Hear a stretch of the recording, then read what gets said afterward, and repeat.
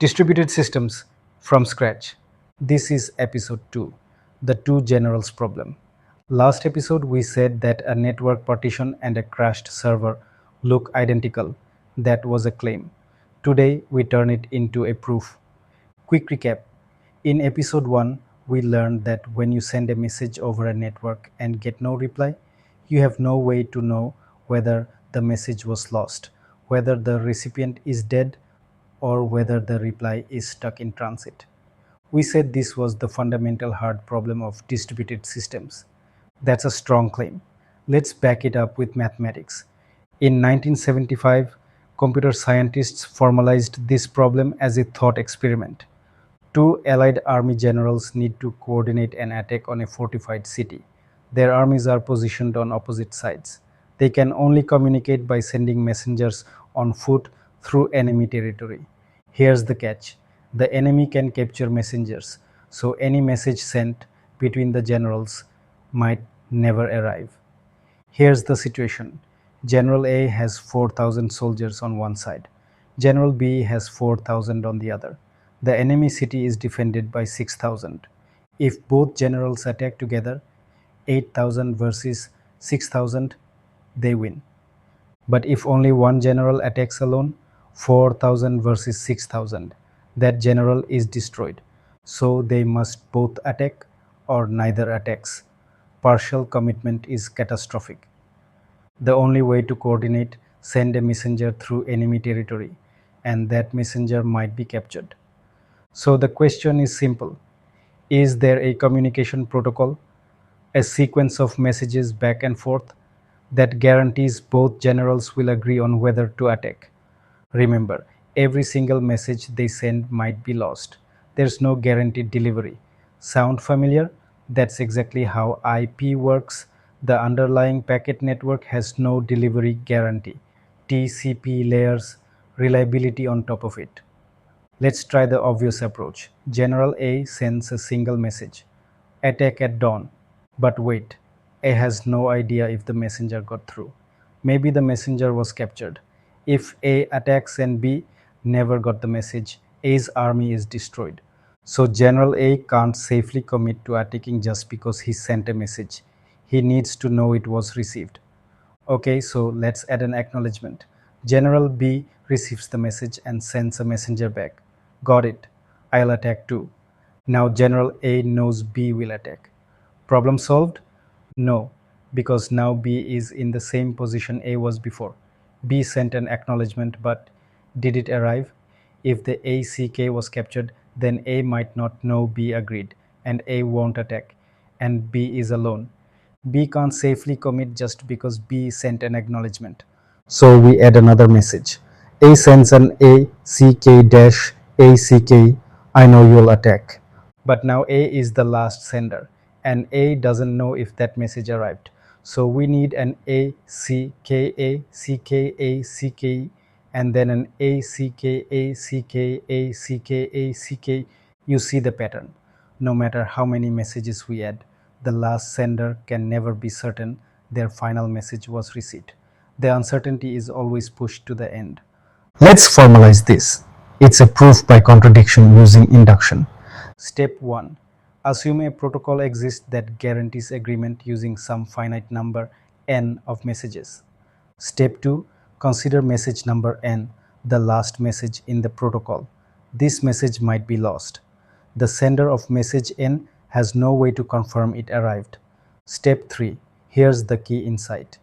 If the protocol still works when message n is lost, meaning both generals still agree correctly, then message n was never actually necessary.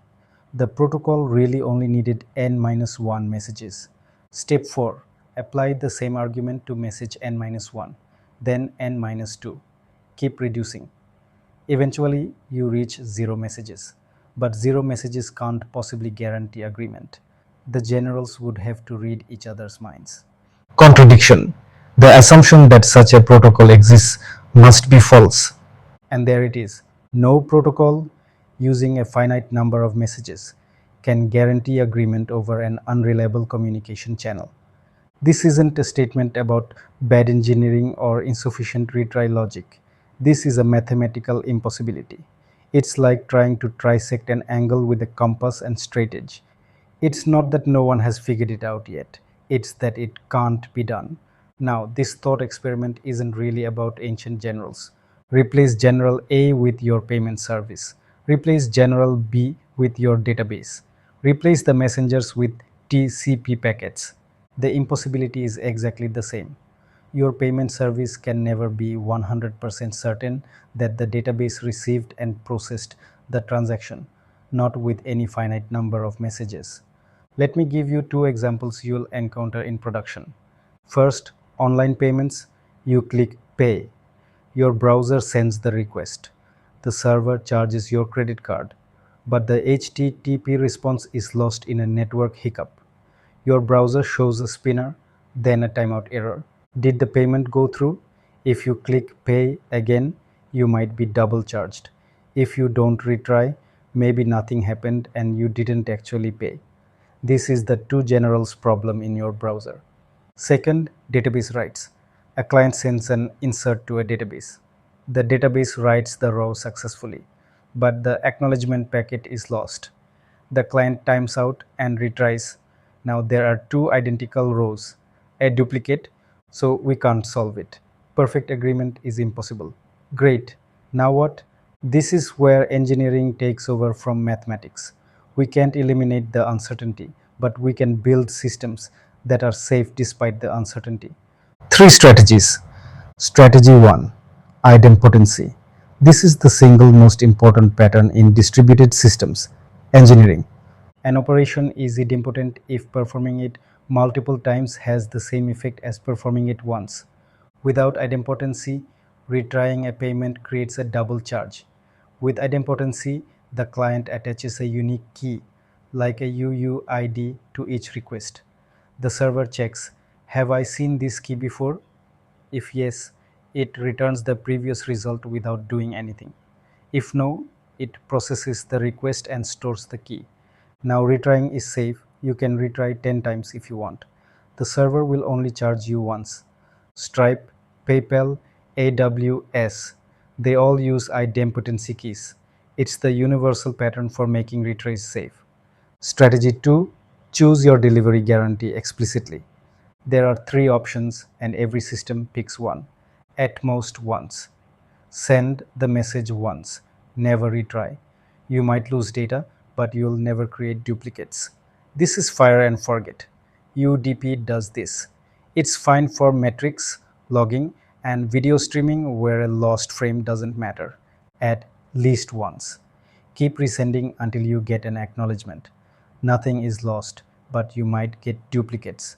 Most HTTP APIs work this way. TCP works this way. It's the default for anything that matters. Exactly once. Each message is processed exactly one time. No loss, no duplication.